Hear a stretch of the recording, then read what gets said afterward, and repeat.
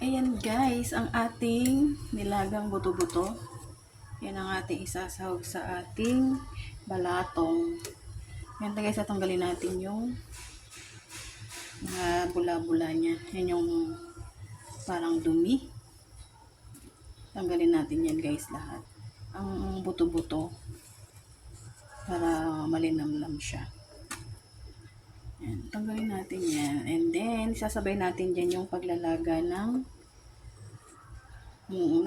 balatong guys. Sasabay natin dyan yung paglalaga ng balatong sa ating buto-buto. Yan guys, oh. Yan isasawag natin sa ating balatong. Yan guys, ang ating lunch. Magigisa lang tayo ng balatong. Ayan. Kahit hindi Friday guys. Hindi na natin yan basta kung anong magustuhang iluto. Yan ang ating lulutuin. Yan. Para habang lumalambot yung sahog na buto-buto, lalambot din yung balatong guys. Nalagay na rin natin yung balatong. Kanina ko pa ito binabad guys. Binabad ko muna yung balatong. Siyempre nilinis natin yan. Ito guys, nalagay ko na. Para habang kumukulo yung buto-buto, kumukulo na rin ang ating balatong. Yan. So guys, natutuyan pa naman yan. Tingnan natin siyang maluto. Na guys, okay na ang ating nilagang balatong.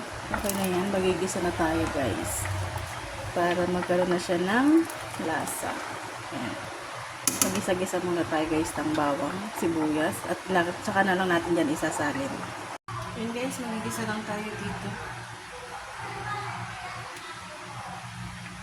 Isa muna tayo ng ating bawang sibuyas.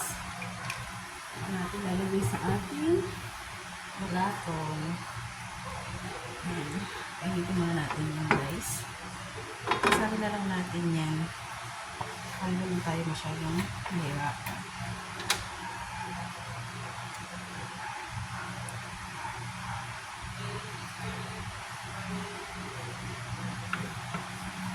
Guys, lang natin yung bawang. Siguro sa pasalagin natin ang ating bawang.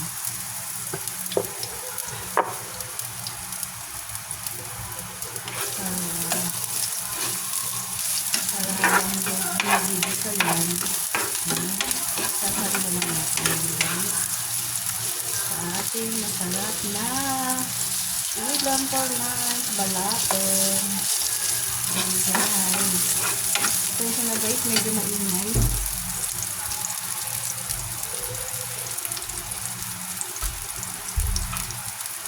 Ayan guys, ang ating bawang sibuyas. Ano yung natin yung aroma ng bawang sibuyas guys?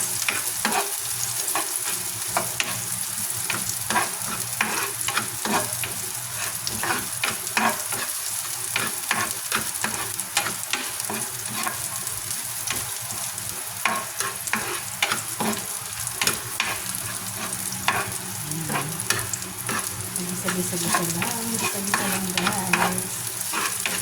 Ayan.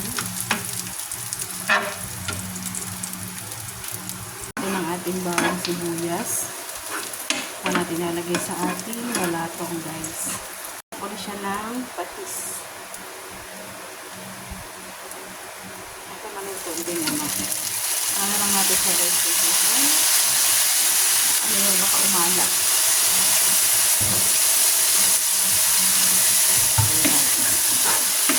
Diba? Bangang na guys. Wala natin sa isasa. Natin sa ating balatong ang ating ginisang bawang sibuyas. Para dyan na natin dyan pakukuluan. Diba?